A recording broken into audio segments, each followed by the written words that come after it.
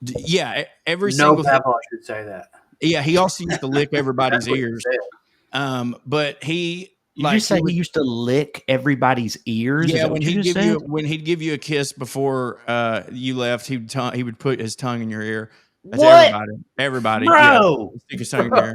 What? And he wasn't even. And by the way, he wasn't even Fucking relate. He fuck. wasn't even related to us. They're the liberal rednecks. They like cornbread, but sex they care way too much, but don't give a fuck. They're the liberal rednecks that makes some people upset, but they got 3 big old dicks that you can suck. Well, here we are. Are we here? We are here. We're Drewless. Yeah, Drew should be here shortly, right? He sent a text or anything.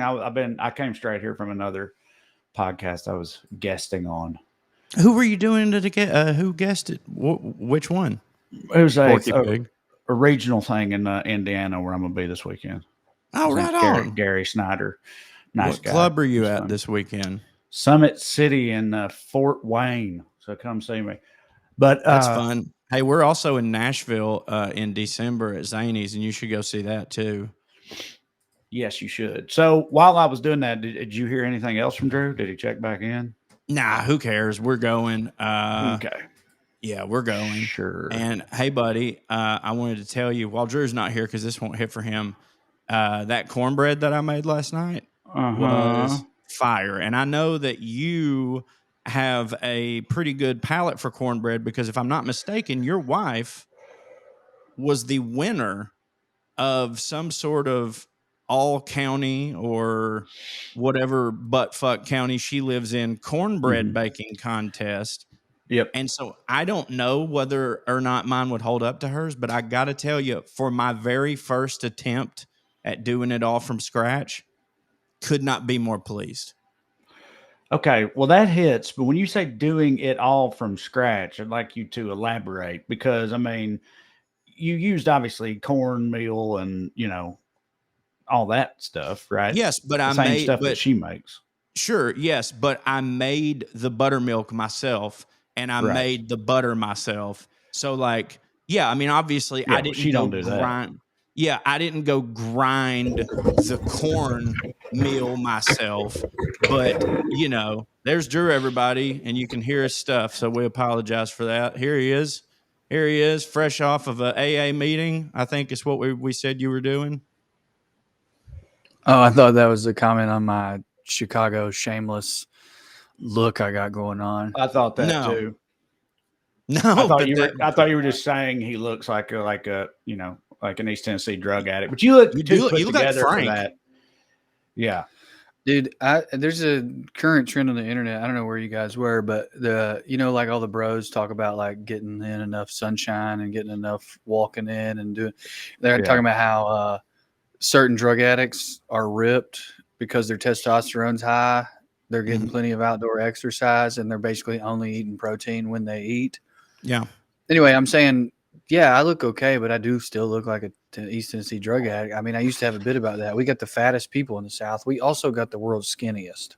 We do, and also there's a fine line now between. I mean, it's not recent, and I know I'm not the first person to comment on it, but like, there's some people who I know who are like, they're health freaks. They really take care of themselves, but they dress a little grungy and they look near identical to some of my cousins who don't do none of that stuff.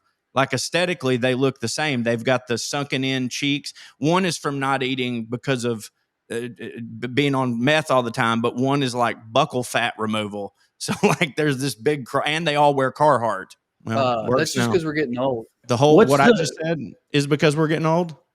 Yeah, I think as you approach your 40s, I mean, dude, my mom was the first person who told me about it. She said to me probably like 8 or 9 years ago, she's like, I need to lose some weight, but because of her health, like not because but she was like, but every time I do, I look so old. Fat people look younger, Drew. She's like, not when it's your age, but as you approach about 40, fat people just kind of look better if they're not too fat. She's definitely not wrong about that. There's a lot of people have, with the rise of Ozempic, and it's analogs, all the other variants that they have out there now. But like a lot of people have pointed out, and I mean, I think that it's pretty true. If you are of a certain age and you drastically lose weight, you look thinner, but you look like much, much older pretty much immediately, like when that happens.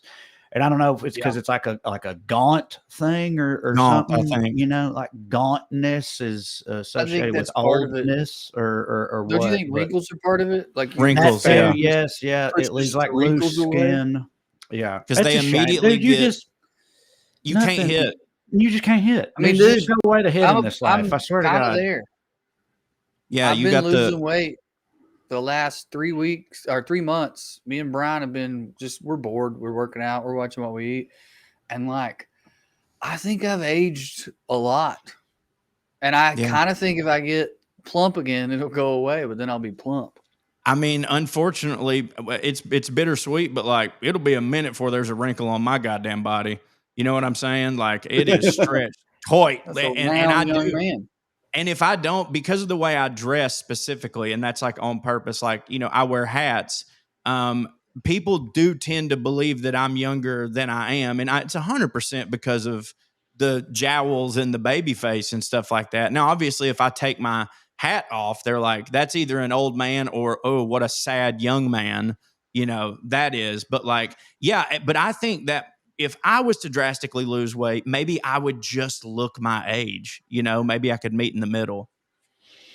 I don't know. You have that thing. We've talked about this many times, but you have that, even though you do wear hats, people that follow you, they'd be knowing your condition, you know, and you have that thing that, like, you know, the Sir Patrick Stewart effect or whatever that we've discussed many times. Like, He's a hitting ball.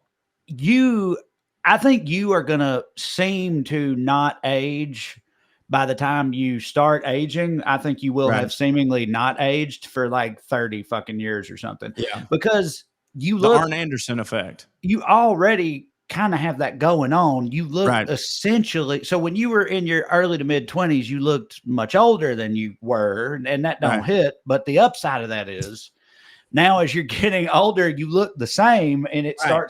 starts to work in Match. reverse. And I think Yeah. that is, you know, you've put off, like, you know, future hits in exchange for, you know, not hitting in the past, but now you're getting to the future. So right. I'm it'll already pay kind of off. through it. Yeah. Right. This is obviously something that by even commenting, it's like, in a way, we're all here on this show right now. The show exists because Trey has a way with words. But the way in which you just told him you hit by saying over and over again how much he don't hit was just truly It's beautiful. a clinic. Well, Yeah. I Clinic mean, that Corey should go to. He does that all for the his time. Weird Benjamin Button reverse disease that you have laid out that he has. yeah. That was can you get a clap? Do you have that skewed up there? Hold on. I can't remember Well, there's a- Yeah. There you go. I think one of his favorite examples of that. I think, Yeah. is Please when I tell told it so I don't have to. when I told it, Drew, this is Drew definitely has heard spectacular. this too. Yeah. Okay. Well, again, as I said, No, when don't this you don't comes up, you do your bullshit where you preface I'm not it. Just doing tell the it. story. I'm just saying this is all very sincere. So, Right. That's the thing. It is all sincere. You just right. Corey went viral during COVID, right? And then he got a following and he started, like, you know, doing stuff and posting all this stuff and everything else. And up until that time, and at that time, my like whole internet thing was very, very stagnant. And up until that point in time, I had all the, and this is a thing that I do in my entire life, not just professionally. I had all these self-imposed rules that I came up with completely arbitrarily out of thin air based on nothing that I was like living by when it came to the videos that I made or internet content. Yeah, right. But I did. And it was all like, I wouldn't, back then I made a video like every 3 weeks, maybe. And it was because I wouldn't make a video on a subject if it didn't check all these boxes that I had in my head, where it was like, it has to be, it was a special that you put out. yeah, it's like, it has to be on brand for me. I have to have what feels like at least something of a unique take. I have to have all this stuff. It's like, if I don't have those things, I'm not going to do it, you know? But I was, like I said, I'd very much plateaued and was hardly ever even putting stuff out. And Corey was popping off and putting all kinds of shit out. And so I told him when we got together in Denver for Comedy Works after when COVID was, ramping back down and we were getting back on tour and stuff. And I told him that he had been like an inspiration for me because he made me realize that, like, all that matters is that you feed the beast, right? The insatiable content machine. You don't have to have such a high standard. That's not how you I was said going to it. say, standards is the such a high word. standard. Your What lack you of said standards was- has what been you put out- inspirational to all of us, Corey. Here's what he said. Let me say it. Here's what he said. I framed it pretty much. What I just framed it is just you immediately were like, no. I like how you're like, yeah, I No, love how you no, just post anything and it don't That's even what you don't even you give a said fuck. I that. did not just say Yes, I you did did. not know. I did. Then I watch you, and you just put anything out. You'll just do whatever. That's Like, not you what just- I actually said. You Yes, it heard is. it that way, which I knew you would, and I get it. I don't blame you. But I was more diplomatic about it than that, But you saw right through it. I Is didn't what I'm realize saying. I could put out He's stuff that not don't hit, and it denying worked. the veracity of your claims, Corey. He's just saying, I was for more everyone out there manipulative listening, about guys, I wasn't that big of a dick about it. it. Yeah, Trey's overtly. literally arguing for the sake of people listening. No, I lied to you. Yeah, right. I was I'm not a monster. Mhm. Yeah. Yeah. Yeah, no. Well, You again, said, it's diplomacy lying. I was. yeah, just ask trying to any maintain American relations. consonant. For sure it is. Yeah. Okay, but it's that did taking that lesson away from you was a And massive that's the net one time you thanked me for net revitalizing your career. I thank you for my benefit career all the time. for And you, me. yeah, So we're it even. is sincere and it did work, and you like that was all real. But Mhm. yeah, I get why you would interpret it that way. Because it was you that said it. Yeah. But is that not Because what you said, I had to put in all this work to do all this, and I did not say it. they that all way. meant something, and they had an Did arc. not- I and did like, not say they any were of that. important. I would only do something if it was important. I felt like the work you put out has to represent you and be something important. But you, on the other hand, you're just like, hey, it's The Room. Who cares? Put it out. You know what I mean? Fuck it. That's not exactly how I remember Shall it. But I yeah, ref or shall we move on? Go ahead, no, Judge it's Drew. fine. People like that segment, by the way. We got a lot of mail. I'm about- not really. Well, we've fallen back into it again inadvertently this week. But in this case, I'm not really disputing anything other than, well, as Drew already pointed out, basically, I feel like I was a little more, And then he overreacted defensively. So in a lot of ways, it is related to the previous case, which you brought before my court, which I thought I'd already settled. But For the Since record, we're I didn't here right overreact. I laughed about it. yeah, well, since we're here right now, I will say this. Let's talk about this. Let's get into it. Here's one that I think is like, I don't think this will bother Corey at all. I don't think it'll bother Trey either. Here's a fact that might be coming that's coming from. Part of Corey's talent is, and I know this drives you crazy because you have worked hard throughout your career, Corey, but it is the ability to like off the cuff be funny, and then like if you are a writer, you see that and you go, fuck him, man. Fuck him. And then you being sensitive about people doing that to you throughout your career, even though you started when you were 16 and you put in plenty of work and you took improv classes in Chicago where you're supposed to take them. Of course, you get defensive about that. I mean, it's a classic comedy trope, really, of the guy It's the Jay Okerson Goldman thing. It's the Jay Okerson Goldman thing on the Brian Koppelman podcast where he says to Big J, it's crazy how off the cuff, like good you are. And Big J reveals that it bothers him that no one thinks he puts in any work. And then a year later, he's got Goldman on, but I happen to listen to him back to back. And Goldman, he's talking about how precise Goldman is and how unbelievably good a writer it is. And he said it bothers him that no one ever gives him credit for just being naturally funny. And anyway, I think this might be related to that too, of like, yeah, definitely.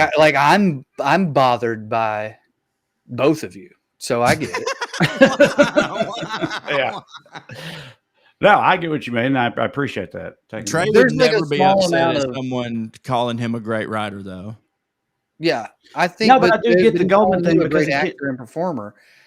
And like you are, to be fair, getting way more defensive about that than he is about the other thing.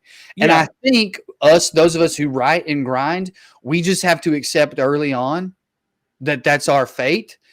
And then because people like you start getting credit immediately, you think everyone has to love you and love everything that you do. So anytime someone slights you, you're like, what the fuck? I put work in. And we're like, yeah, we didn't say that. We just said it's a different thing, different lane. I do think the writers grinders can take it more that they're writers grinders because we knew immediately. There was like never a moment in our career where we didn't know how it was going to be. That's fair, but I do get the MauryWritesForYou.com. You can read my essays. You'd be hosting something on a riverboat right now if you didn't. Right. And making women weeks. Yeah. I do get the Goldman thing too, because it's like I'm not, in podcasts, and I've got fucking 3 of them, but very often, like just in conversation, which of course is unplanned and off the cuff, like I'm funny very often, right? Like I can be funny in a place where I haven't planned it, but I don't do that on stage. I don't do crowd work. I don't do improv or whatever, but like I can also just be funny while just talking. So I get what Gary Goldman is saying. I'd love to see it sometime, but if you would bring it to one of our programs, that'd be awesome. All right. That was fun for me.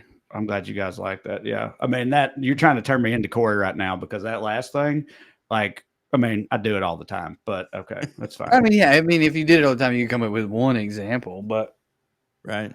Also, it feels like if you did it all the time, it would translate on a stage once. Huh? I mean, sometimes it does, just very rarely. Y'all don't know. No, well, I will say this: you're doing a great job on Cross right now because I'm really trying to get at you, and it's not working. Just a related thing people might be interested in that's very related to that. I have had people say to me, you posted like 2 or 3 crowd work videos. They do really well. One went very viral. You're so good at it. Why don't you do it more? And it's like every single one of those to a man was a confrontation. Right. I can't be like, what do you do for work? Oh, cool. Get a load of this idiot. Like, I don't have that because it's not charm. It's like righteous indignation. If you piss the crowd off and they're mad at you and they're seeking someone to be their champion, oh, buddy, I can step into that role and the light of the angels shine down upon me. But until you get there, it's like it's rare. There'll be a moment or two. There was that time I told a couple I'd like to watch them eat at our Zany show, and it went really well. But usually that kind of thing goes very bad for me. Right? Yeah, like you can't plan that. Like I've probably had moments where an audience member shouted something out, and I said something quick that got a laugh, but like there's no way I could summon that. Like some of these crowd work dudes do. And also I wouldn't post it because I'm stupid and don't film any of my shit. But like, yeah, those dudes that can like summon it. And, I've got like a weird relationship with the crowd work thing because I inarguably think that it has like damaged some of the experience of seeing live shows. Like, especially when we first came back from COVID, people were talking more and people expected you to talk to the crowd. And it made me mad because I was like, man, this art form is like 80 years old. And we spent the first 80 years trying so hard to be like, hey, when you come to the show, laugh, don't talk, laugh, don't talk. And in 1 year, we ruined all of that hard work. But I don't begrudge the people that do it and are really good at it because to me, it's just its own thing. Like when you see someone who's real good at it, I'm like, absolutely, I want to hear you do that. You know what I mean? But overall, I hate it. I hate it. Yeah, I just don't. I don't know. I just don't want people talking. I mean, this is. And I don't want to talk to you. I want to do my jokes. I know that's what. Yeah, I know. But there's this is a weird thing because there's so many comics who have done it and are good at it, and who I like who I think are really good. So I don't want to indirectly shit on anybody that does it necessarily, but for me, I just don't.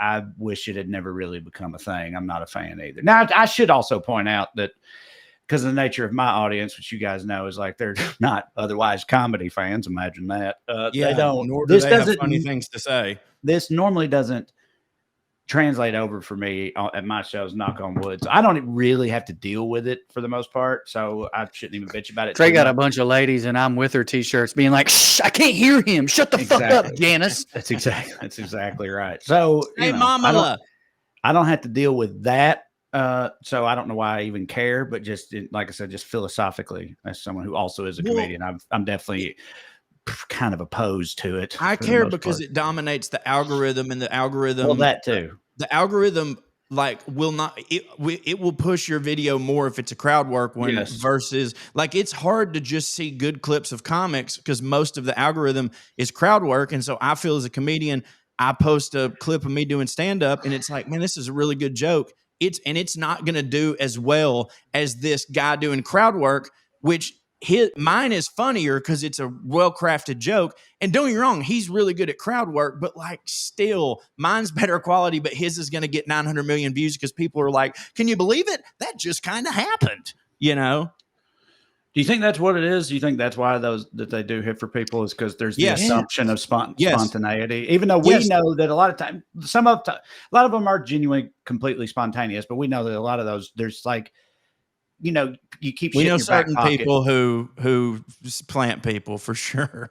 Oh, well, we're afraid to say Steve Hofstadter's fucking name on WellRED's podcast now all of a fucking sudden. And I know a large number of our fans love him because they agree with everything he says. But yeah, that guy.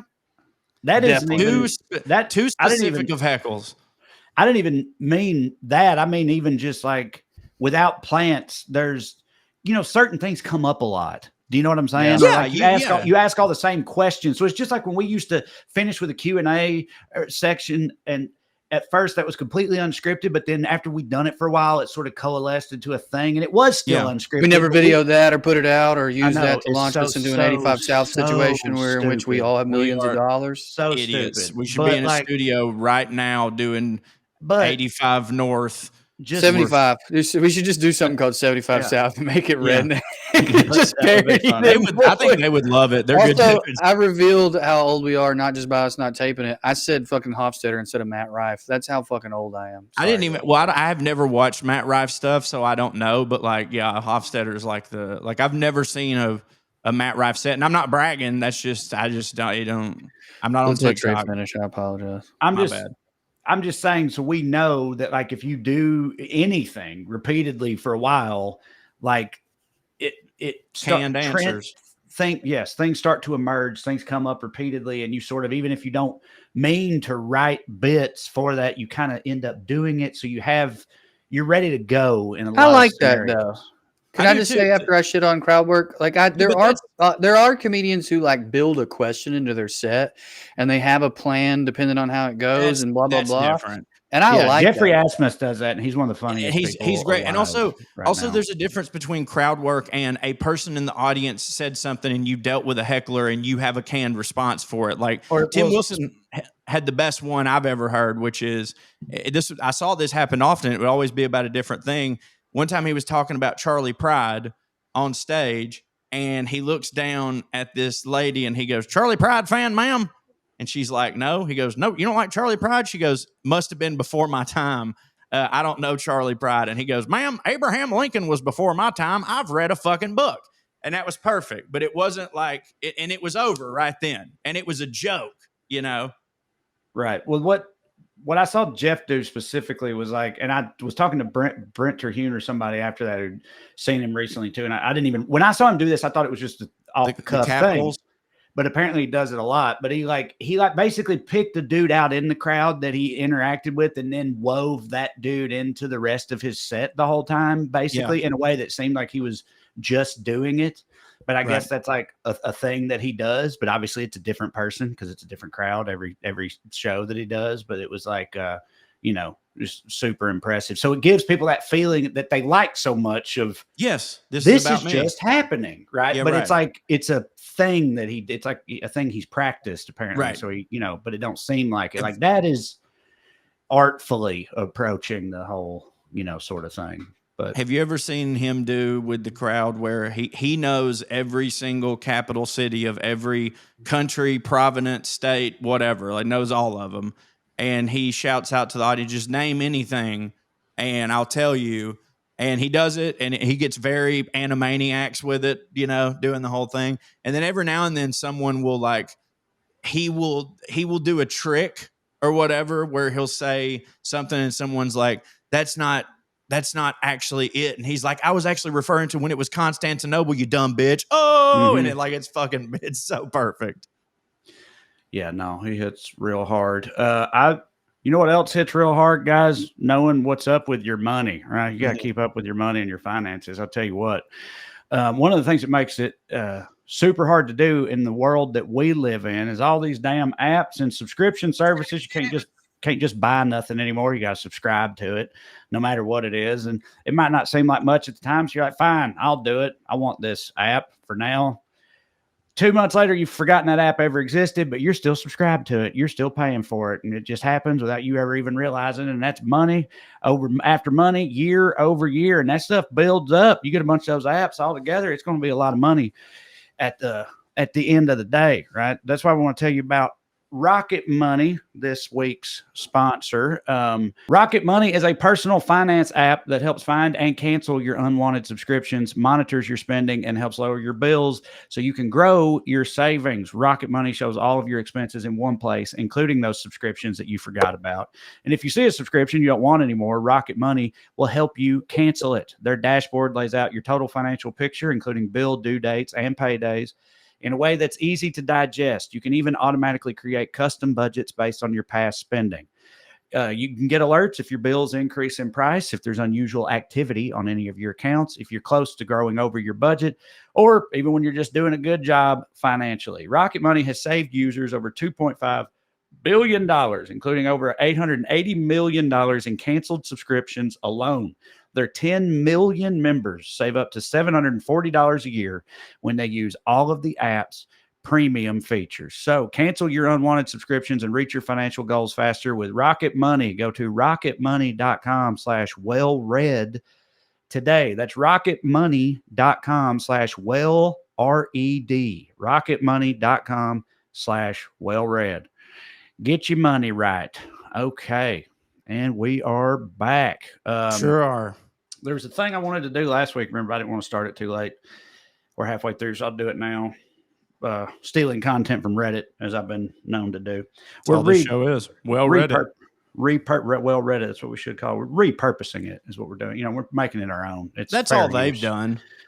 Fair use. So it was like an Ask Reddit thread, I think it was, that said, no, it was on the Millennial subreddit. Been spending more and more time on the Millennial subreddit. Imagine that. It's fun because it's like everyone there is aging. So it's we're boomers now. It's all like nostalgia shit and how nobody can afford a house and stuff. Yeah, and it's fun. They hate their parents are going insane. It's all just fun stuff like that. But they are going insane. There's a thread. Yeah, I wouldn't know. I'm an orphan, but there was a thread on. Your mom is going insane. No, well, she's been insane. You can't, right. You know, what is dead may never die. But yeah. Trey's always bragging about doing it before us. So, on the Millennial subreddit, see, hit for him. He laughed. That was me just talking. Anyway, Millennial subreddit, there was a question said, what was our generation's version of 6'7", right? So we all know 6'7", right? I know of it. Apparently, from what I can discern, it literally don't mean anything, right? It's they want it to infuriate you. Purposefully nonsensical, right? And also, this is the hand gesture. This is part of 6'7". Yeah. Okay, so that, right? It was probably someone talking about a girl. Like, where do you rank her from 1 to 10? 6, 7. Well, apparently, if you dig into it, LaMelo Ball is involved, and there's an obscure rap song or something that like was the origin of it, but then it took on a life of its own. But anyway, so on the Millennial subreddit, they were like, what was our generation's version of this meme, right? And I'm going to go through the top answers in order of, on Reddit, things get upvoted. So now wager a guess. Yeah, sure. Suck it. Bro, that was the number one most upvoted response was suck it. But here's the thing. Ruin the bid. I heavily dispute that. Okay. Because everyone knew what it meant? Yes. It was Right. effective. It was concise. It was. I would argue that "Suck It" was a These goddamn triumph. kids couldn't touch Suck It. They couldn't speak Suck It in a And, drink. and it hit Suck for It was everybody. Suck It was a communicative triumph, in my Yeah. opinion. It was a massive success story. Like, there's no. I I hit would across argue, too, generations. That's not the I would same argue too thing that it's at so all. the opposite, that it infuriated parents for literally the opposite reason. Whereas 6-7 is Right. what the fuck are you doing? Right. Suck It is I know exactly what you're Right. doing. And so stop doing it. Right. Exactly. But yes, it was all fucking awesome. Still to this day, I know any of I us do in it the all right the time. circumstances will still give it one of those. When we're coming off stage, we'll hit it with the fucking. Yeah. I've currently got a thing I'm doing about how it turns out Epstein was stupid and how infuriating that is, whatever. And I do an act out where I'm Epstein doing the suck it thing. And it's hilarious, timeless. But anyway, so that was number one. And I get why. And you said it, first thing that came to mind, but I don't think that really applies, in my opinion. Maybe that's just me being, nitpicky, but I don't think that's the same thing. Second most upvoted answer was, I'm Rick James, bitch, or just Rick James, bitch. Sure. But again, my dad hit from my dad. My dad said that just as much as I did. Right. Yeah.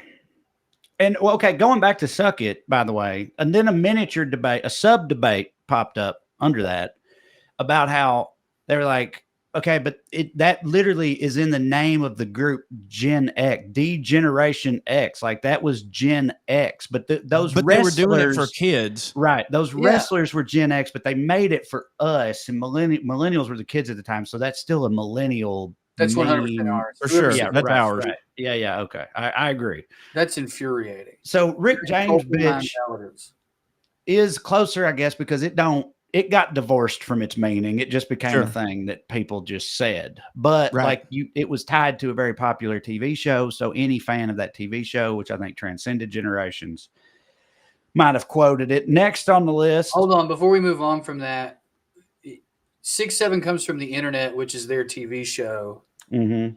It's arguably divorced from whatever its original meaning. I think that's actually pretty close. Yeah, because I know we can go Chappelle's show.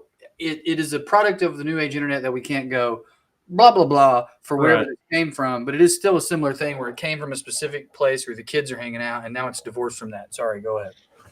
Next up, was I? I feel like that might be. We did it, but I feel like Mark's age was probably doing it more because it was about beer, and they were the ones drinking beer. It also is an ad. It's it was designed to be a meme. Right. Like, it was supposed to get in your head and make everyone repeat it. This, unless it's some kind of weird fucking op, let me ask DJ and make sure it didn't come from the Mossad.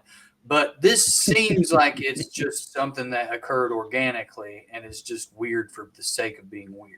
Yeah, right. And then it was in the Scary Movie, which made it even more, insane. Which now that's one of the things. I went back and watched Scary Movie, and I was like, God damn, this whole scene is insane. If you weren't there for it, I mean, insane, makes no that's the goddamn only thing sense. that has in common with it is like, what? Yeah, I would argue that this is almost as bad of an argument to me, maybe more so than Suck It.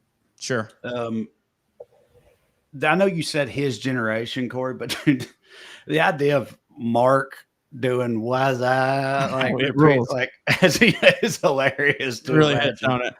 Yeah, I can see him doing it and then immediately regretting it. I would never permit the height of its popularity. We walk in a bar, what that? And he's like, what that? And then you just see him be like, fuck. I would never. I do not permit. I do not permit the use of generative AI. But if there was an AI of Mark doing that I knew Mark saw and I could watch him be mad at it, that would hit for me. All right. Next up, Yo Mama, or your mom. Your mama. I feel like that's not was even before us. Like, it was before us. Like that. Any Eddie Murphy movie from the 80s, they was doing Yo Mama. No, that's Gen X. That's definitely Gen X. But it might be their thing of it, because I do remember when I was real little, sometimes my brother and his friends would say it and it made sense, and sometimes it didn't make any sense. Yeah. Well, like sometimes it'd be like, it's fucking like whatever. Like, oh man, that's a big ass Your car. mom- Go mama. It's like, okay, I I get think- that. Sometimes it just makes no sense. I think one that's very similar to that, but it is ours, is your mom goes to college. I don't know that one. That's That's Napoleon from- Dynamite. Your mom And it goes to used- college. and I remember everybody would say it as like if someone said, "Oh, sorry, I forgot your cheeseburger." Your mom goes to college, or it's just Okay. it was a your mama insult, but that's more millennial than yo mama. Related to that, another one that popped up, which I also disagree with because it makes complete sense, depending on the usage, I guess. People don't forget. No, that's what she said. That's what she said. Yeah, Michael Scott. But wasn't that It that was was like later for us? We were like, that wasn't when we were kids, obviously. That was No, we like weren't kids, but we college were age, still. a little older. But that's still millennial or whatever. I mean, and obviously the reason that Michael Scott is saying that is because it's an old thing. Like my papaw when I was a kid was the "that's what she said" guy, and it used to infuriate my dad. It infuriated like to no end. Every I'm single getting mad thing. thinking about it. Yeah, every No single thing. papa should say that. Yeah, he also used to lick everybody's That's what he ears. said. But he Did like you say he would- he used to lick everybody's ears? Is yeah, that when what you he'd just give you said? when he'd give you a kiss before you left, he would put his tongue in your ear. That's What? everybody, Bro. Yeah, stick his tongue in your ear. What? He wasn't even. And by the way, he wasn't even Okay, related. He well- wasn't even related to us. So, anyways, but like he Fucking would, how does this keep happening? Fucking 15 years into our goddamn relationship, how does this still happen? You should be Still out of got these over by here. now. Dropping it on us in the back of that. What? Like, An old man in the neighborhood used to molest us and say well, that's no, what- he wasn't just in the neighborhood. He was step papaw. Like I'm just saying he wasn't. Why is your blood- camera? Your camera is shaking its head right now. Oh, It's zooming in and out on you. Even your camera's going, what? Yeah, sorry, my AI tracking was on. I didn't mean for it to be. Fucking yeah. Blew that So robot's mind. anyways, he would say that's what she said a lot, and Michael Scott is saying that No, because don't he's. move on. Fuck that. Who was But- this guy? It was just my papaw. You just said he wasn't. Yeah, but I called him papaw. I didn't know that he wasn't my papaw until I was probably like 8 or 9 because I didn't know how divorced and like remarriage and stuff works. So he was just papaw. So he was and- married into the family, though. Yeah. That's why I'm The saying way he's not you related to presented it anybody. was just like some guy that you happened to call Papaw, and I was like, "Yeah, he told you to call him Papaw." No. So if anyone ever asked you what you've been doing, you said hanging out with Papaw. It wouldn't sound creepy. No, he was a good dude though. It was my mama, Granny, she was a bitch. This is the one that I did the bit about, and now she's dead. And she ruined his life. But I didn't know in him other Ear than licker is the Papa. better one, huh? Huh? The ear licker is the better grandparent. That's Without question. Why? Except for he definitely is the reason that my Uncle Jordan committed suicide, because when my Uncle Jordan was a kid, he would punish him because this step papaw was in the military, and he would whip my Uncle Jordan's balls with a belt. Like if he got like a B or something, he'd put him in like the chair, like it from James Bond, and just beat his nuts with a belt and just beat the absolute fuck out of him, because that boy needs discipline. That boy needs discipline. Well, the first fucking thing he did was turn to drugs, probably as pain relief from getting kicked in the nuts and shit all the time. Also, this guy looked exactly like Jim Croce, except for then he got fat and he turned into Saddam Hussein. It was the goddamnest thing you ever seen. Like he went from Jim Croce to Saddam Hussein in the manner of 2 fucking Thanksgivings. It was crazy. No, not Saddam Hussein. Remember y'all's old Tennessee's defensive coach that was fat and had the mustache, the black mustache? Cheney? No. It was Cheney. No, Wasn't Cheney an OC? And he Also, went wasn't it somewhere. Jim? He went somewhere else, but he was bigger guy. He had The OC was the guy who coached Eli at Ole Miss, David Cutcliffe. It wasn't Cutcliffe. I know. Jim Cheney was a big old boy, but I he was think he was an offensive coach though. So I don't think Yeah, I so. don't I think think he it was was the Jim defensive Chaney. coordinator during the '98 run. Trey. I mean, I'm looking at it right now. He's apparently he's back at UT right now. who's Damn the it. defensive coordinator in '98? he was a bigger guy with black curlyish hair and a black mustache.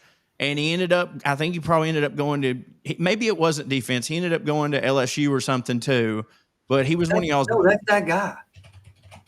Jim It Chaney? ain't Jim Chaney. It ain't Jim Chaney. It's Not not Jim Chaney. I thought it was John. It's John something. John something maybe with an M. Chavis. You're thinking John Chavis? Chavis, yeah. He Chavis, went from not Croce. Chaney. He went from Croce to Chavis. It in was two John Thanksgivings. Chavis. You're right. Yeah, my bad. Yeah, he Jim went from Chaney, Croce John Chavis, yeah. to Chavis in 2 Thanksgivings, and would lick ears and be like, "That's what she said." And that's who I got all my vinyl from, by the way. And my love for vinyl, like when I had, that like 900 something collection, got it from him. He's the one that introduced me to all the good music and stuff like that. But why are we on this? Bro, I can't Buddy? even remember now. Fucking That's what she said. That's what she said. Yeah. And that's why Michael Scott said it, because he was more of that age. And so it became millennial just because of The Office. But I don't think we said it that much as kids. Right. Circling back to your mama real quick, I believe it was the preceding generation, but when we were coming of age, it was definitely still enough of a thing that, remember that fucking Wilmer Valderrama show on MTV? Yeah. I said good day. It was called Your Mama, right? Oh, your mama. Yeah. Yeah, he didn't do the voice on that show. Yeah, right. You remember him just always doing the Fez voice, but he didn't do that. Corey meets him and gets furious. I would do it. He doesn't. You know, you fucking foreign exchange student. Yeah. I think he ended up doing some unsavory stuff, but that definitely he did. Or not just say things like that off the cuff, I guess. But here's the next one on the list while I look up whether or not I've slandered Wilder Valderrama. Booyah. Booyah. That's Stuart Scott. That's us. Yeah. Yeah, that's Stuart Scott. No, this list, we just don't have one. We're too cool for it, man. Right. No, I agree with that. okay, so the Stuart, all of these But have an Booyah origin. also makes sense. Like, Well, it's 6 not like 7 6, technically has an origin. Yeah, I know. but Booyah, I'm everyone, saying you can't just Booyah's say, like Stuart Scott came up with that, so it don't count. DX came up with Suck It. Like We weren't saying it don't count. I was saying that, like, the thing he said, it's just a celebration. But Booyah is like an onomatopoeia of sorts, in the sense of like, that is the sound you make when something happens. And you couldn't describe it until Stuart Scott finally said it. And now people that don't even, if you'd never heard that in your life, you never watched ESPN, and I hit a home run and the person next to me goes, Booyah! I don't think anyone would go, Booyah, what does that mean? I think they would intrinsically know, like, that's the sound you. What does woohoo mean? Right. Who knows? That's what booyah is. It's woohoo. It's woohoo. Yeah, these are all. It's not. I know onomatopoeia is when a word sounds like the thing that it is, but what are these things? Whatever. What are things that they just, you hear them and you know that's what that is, like an emotive. Like hooray.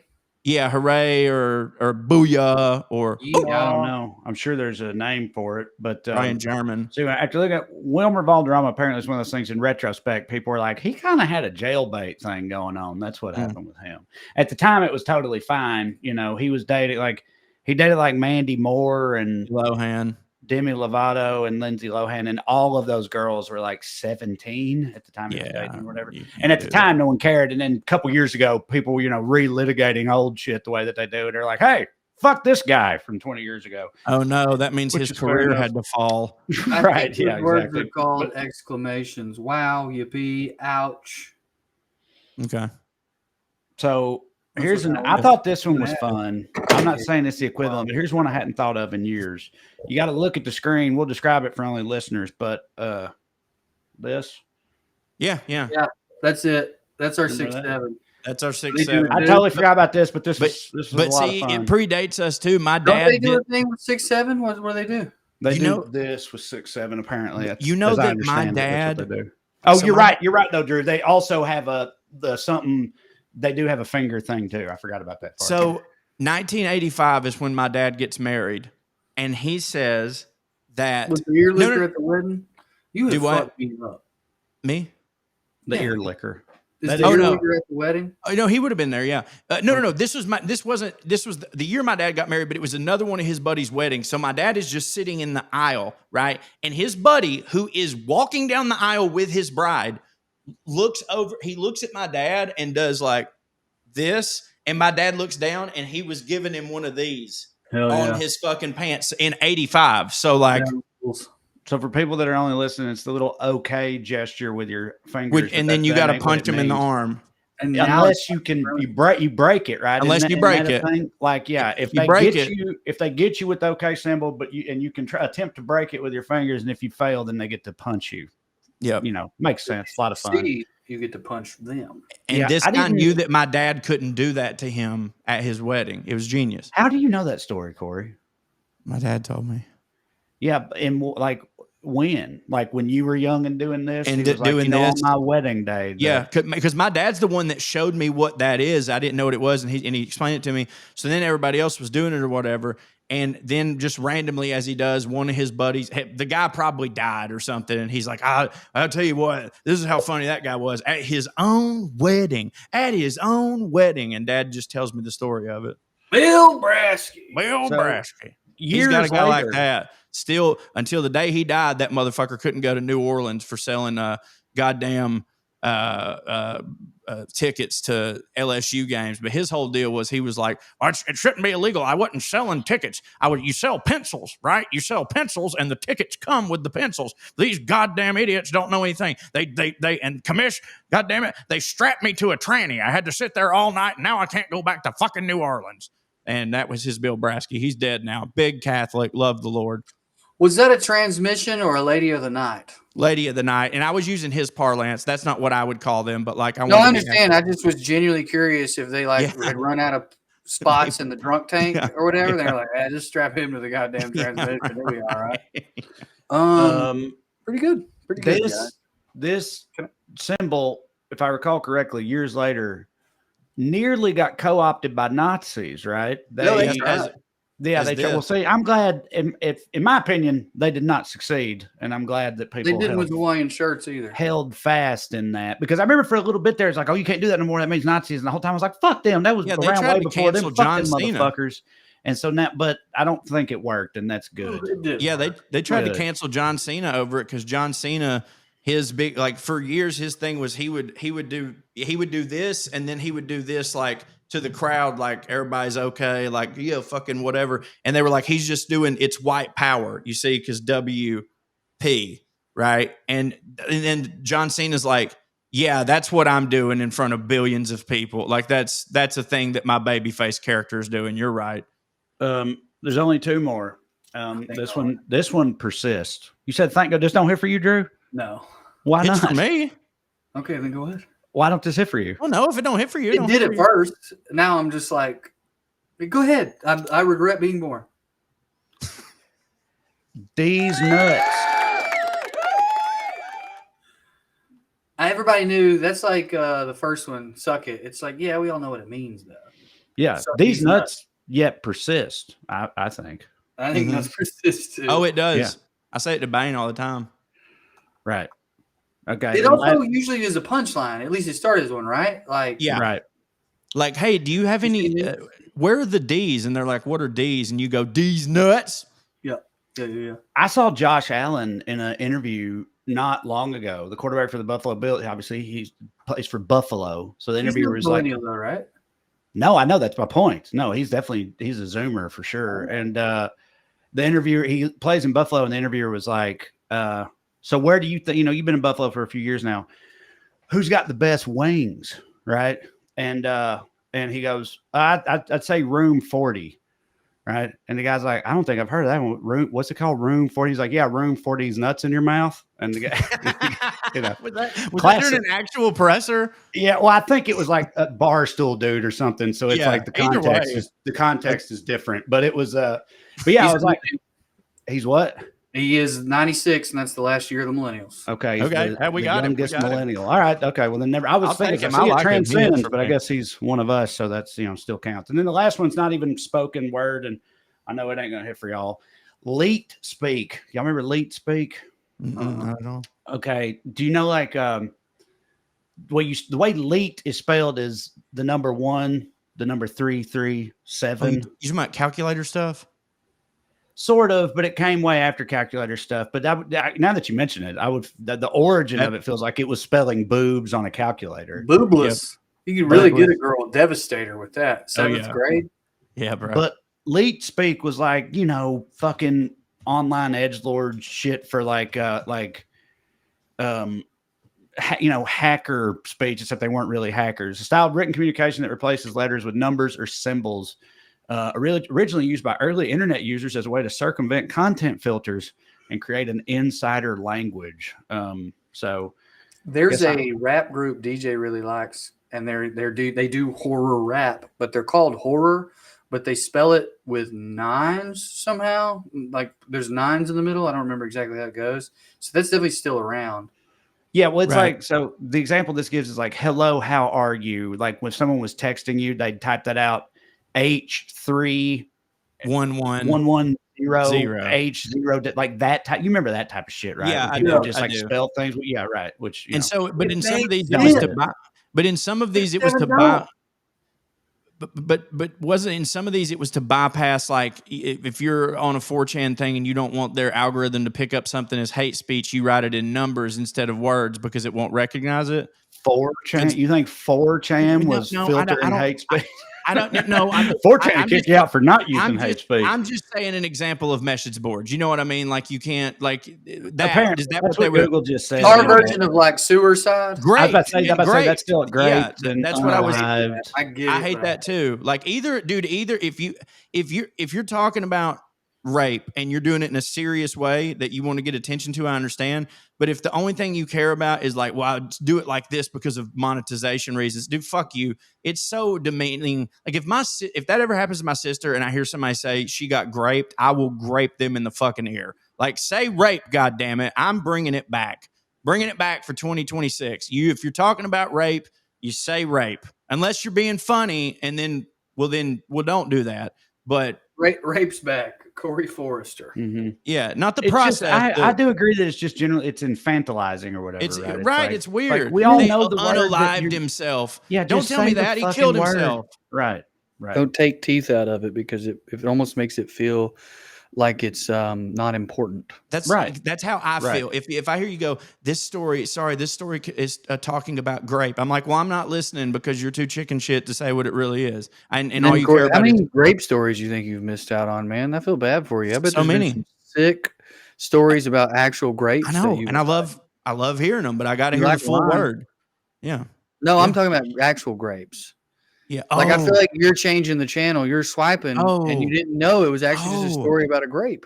Right. Yeah, that don't hit. I do love grapes. Have y'all had the new they had the cotton candy ones. Yes. But now they've got grape jelly ones that taste like Welch's. Fuck me, dude. Oh my God.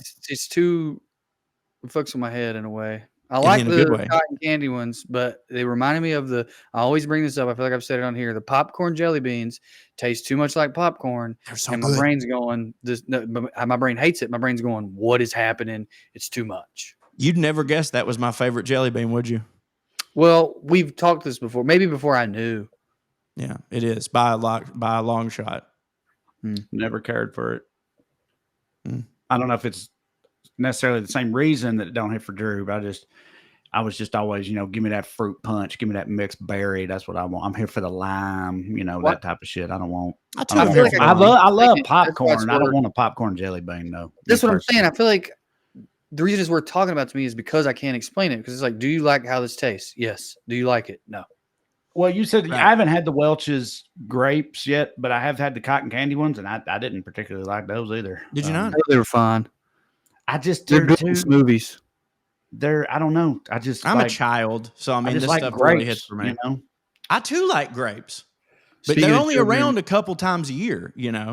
Who like grapes? My son loves grapes, but that's not what this is about. What he really loves is angels, which is the new thing because it's Christmas and we're decorating. But he calls them anal. And buddy, that just is a gift that keeps on giving. Let me tell you what, kid loves anal just like his mom. Am I right? I got punched for that one.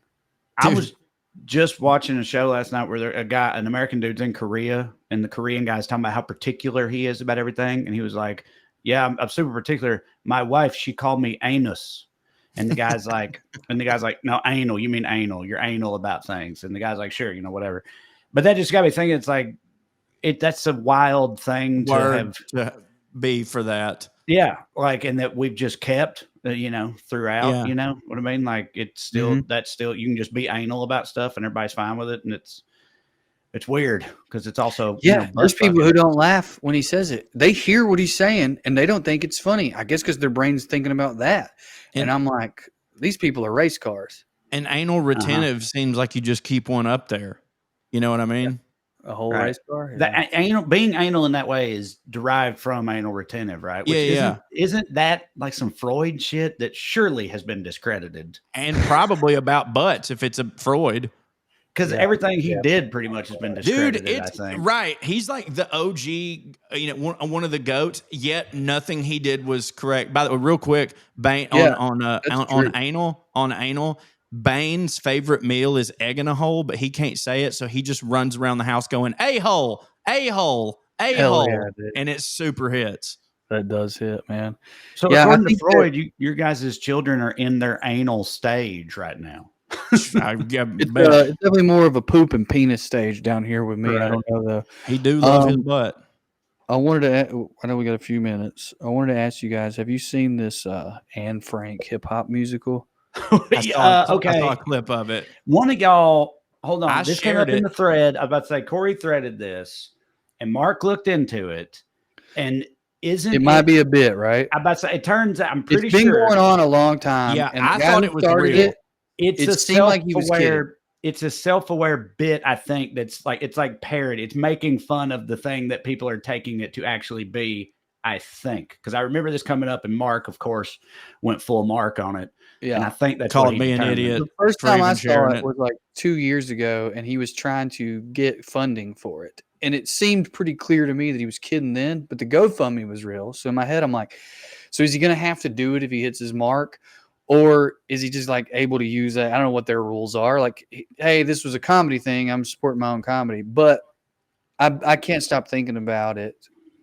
I can't stop thinking about it because even if it is real now, right? Yeah, it's like even if it's a parody, it's a thing fake. that It's supposed to be like Hamilton, but like, what if it was about something even worse? Frank. Anne Frank, yeah, right. But that's like. Is that not crazy to y'all? Like I'm as someone who's not a Jew, it's none of my business. If this guy's not Jewish, that's wild. First of all, because what you're taking, you're taking a sacred cow, you're taking like a linchpin, an icon of their culture, at least in America, and doing that with it. Yeah. And then if you are Jewish, it's like weirdly worse almost. You know what it feels like? It would have been good as a 15-second stinger on 30 Rock. But not as a full thing. Like that that feels like the thing that like Jane Krakowski is just like, I'm starring in Anne Frank the musical, Tina, or whatever. And it flashes to like a dumb thing. But like the joke is, and the whole point of that bit would be think about how we live in a culture where this is almost reality. Right. But when you do the full parody, it's like I don't know. I'm gonna give it a shot. Still. I'm gonna give it a shot. It's like, are you parodying our culture and how we do this, or like, are you kind of pretending to, but like really you're just making jokes about Anne Frank in the form of a musical? Like that's what's wild to me. But look, to be clear to everyone listening, I hate Hamilton, and I don't hold any of the founding fathers to be sacred. I hold hip hop to be sacred though, and I think there's something fucked up about musicals are inherently corny, of course, and that's okay. I love Hairspray. Like Camp, I'm all about it. It's great. Camp, I'm in. Hip hop, it's like, man, you can do a hip hop musical, but it's gonna be cheesy. It just feels like you're fucking over a lot. But also, it sounds about white to me. But the worst part about it though, and I did enjoy it just because I like history. I didn't enjoy it the second time as much. The first time I was like, I watched it with Trey. I was like, this is really I had good. The exact same experience. I was like, this is really good. Then I watched it the second time and I was like, because the first time I was just appreciating it from a technical aspect. But here's the worst part, Drew, is that you're correct that it's corny, but you can 100% tell that Lin-Manuel Miranda does not think that at all. That's why I hate him. And I've been calling ice on him every day. You can tell that like the other people I think are aware of like, yeah, we're doing a fun thing. That motherfucker, the earnest in his voice and like him thinking that these lines are spitting and like he's going to get a new president elected, it comes through that he doesn't think it's as corny as it is, if that makes sense. Yeah, that's how corny people are, dog. Right. But he's a talented corny man. I hate his ass. Yeah, this is going to be very Raven as I make it about myself, but the Anne Frank musical thing, It's like how we've talked. Y'all have seen it happen many times with people. Still to this day, people ask me all the time, like, I love your videos or whatever, but like, why are you in your car? Like, why are you in your Jeep or whatever? And I'm always like, well, to me, that's like part of it. It's like that's Right. where, like, You're an everyman. What we see angry white dudes yelling at their phones, and where are they at? Always, they're in the front seat of their car, right? Well, it's like It also inspires spontaneity. I was supposed to be like, at the beginning, it was like making fun of those dudes. Yeah, the dudes in their F-150. Yeah, right, exactly. But really, I'm just another angry white dude who's sitting. I'm just that thing. But right. That's like the Anne Frank musical. That's thing, why I I hit. think. It's like it what was are they meant as a parodying, joke. though, Trey? I think Hamilton, and you said it's like this is such a horrible thing, and it's like I think to them it's like Hamilton. Those founding father dudes, they were slave owners, a lot of them, and they were assholes and dirtbags and stuff. Okay. And so it's like, making a musical out of those guys and lionizing them in that way, even if you subvert it by making them played by actors of color, like that's fucking kind of weird if you really think about it. And I think this dude is highlighting that by giving Anne Frank the same treatment to be like, see how weird this is? Right. But I think you're still right, though. That's like pointing it out in an idea or whatever is like, but when you really do it, then maybe it becomes something else. I don't know. I'd have to go see it, which I'm not going to. My problem was it's hard to figure out exactly what they're satirizing. Because it's like you've sacrificed Anne Frank's legacy, not completely, but, during this hour and a half, you've sacrificed her legacy for what? But that, I guess I kind of see. But see that it feels like you're mad about Hamilton. It's a funny thing. That's fucking wild. Right. Yeah, like I said, it's wild. It's a funny thing to pitch or a funny thing to put in a tiny sketch. And there's a lot of things that are funny ideas to say, like if you're just in a podcast, like what if they did a musical about Anne Frank? But then when you actually take it to the nth degree, like for instance, I had an idea one time that was like what if we had a show like Dexter where the guy was a child molester, but he only molested bullies, Well, that's a funny. That's good. Yeah, I right. like but that. not to this do is the a lot show. like Anne Frank the musical. But honestly, you don't do the show. You know what I mean? You just say you just pitch the show, and maybe it's a cutaway on 30 Rock. It's like no, he has these urges, but don't worry, he just fucks the kid in 8th grade who makes fun of the girls. Like that's. But you don't do the show. You only molest kids. You don't do the show. Right. It's the implication. Yeah. It's right. But it is the other thing I thought of. I know we got to go. We're gonna wade into it. It's got to be tough to just be a regular ass Jew right now. Like mine. As if there are any. You know what I mean? In America, and like so many people are trying to associate you and your regular ass life with like the policies of a place you don't even live. Right. I'm just not sure. With all the stereotypes those people have to suffer under, one of them is obviously, and Larry David's taken it to the nth degree and made it lovable, but one of them is like that they're like insufferable. They're always complaining. Just neurotic, yeah. Him and Woody Allen. Was the one bitch who could keep her mouth shut, and now they made her rap. It's like it's like, hey, Anne Frank's the only Jew who's not known for being annoying. And then are you doing Is This Anything right now? Is that what you're doing? That's you're great. Fucking bit on that? Really that's definitely a bit. Like that's a really funny take on that. It's a very Drew take too. It's very it's like someone was like, this is the one Jew not known for being annoying, and nothing could change that. And then Lin-Manuel Goldberg was like, hold my ink pen. Mm-hmm.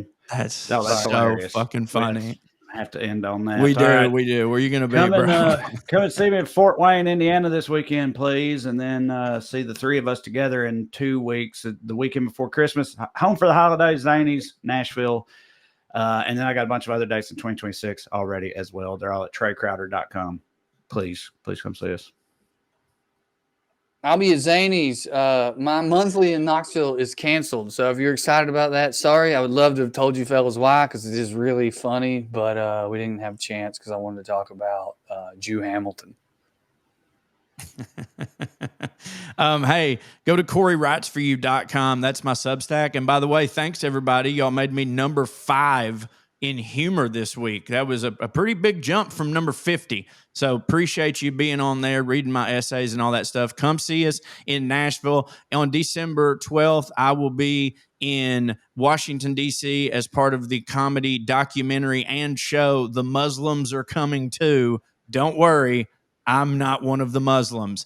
And also December 27th, I am coming too. And also December 27th, as has been for the past 3 years now, seems like I have a residency there. I will be in Asheville, North Carolina. I'll throw all those ticket links up in the bio. Oh, and hey, keep your ears and eyes peeled for new promos for the new show that I just directed and wrote and helped film, Curtain Jerkers, a new wrestling comedy show coming soon to you. Had a blast this weekend hanging out with all the dudes. Thank you all for listening to the WellRED Show. We love to stick around longer, but we got to go. Tune in next week if you got nothing to do. Thank you. God bless you. Good night and skew. Fart.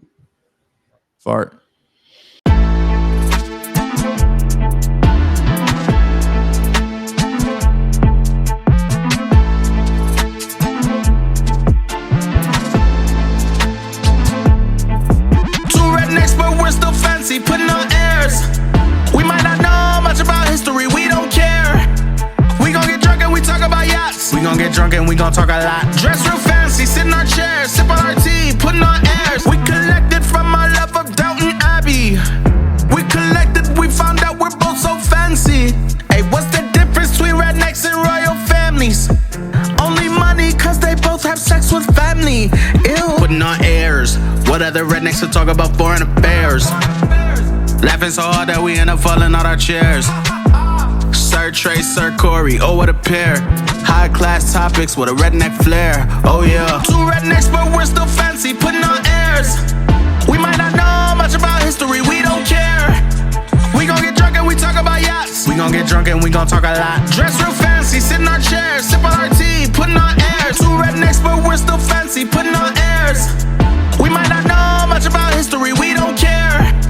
We gon' get drunk and we talk about yachts. We gon' get drunk and we gon' talk a lot. Dress real fancy, sit in our chairs, sip on our tea, putting on airs. Okay, it's Team Squirrel or Team Trey. Oh yeah, we keeping it basic. He thinks that the squirrels at Corey's mom's house are racist. And you know squirrels live in the same place for generations. So Trey, you better count your days and you better count your blessings. Cause all the squirrels that you ran over, that you think are nameless, faceless, their families are getting together and plotting on you from the attic and basement. So even though Corey is dumb, fat, and bald, he knows how to avoid drama, don't get squirrels involved. Two rednecks but we're still fancy, putting on airs. We might not know much about history, we don't care. We gon' get drunk and we talk about yachts. We gon' get drunk and we gon' talk a lot. Dress real fancy, sit in our chairs, sip on our tea, putting on airs. Two rednecks but we're still fancy, putting on airs. We might not know much about history, we don't care. We gon' get drunk and we talk about yachts. We gon' get drunk and we gon' talk a lot. Dress real fancy, sit in our chairs, sip on our tea, putting on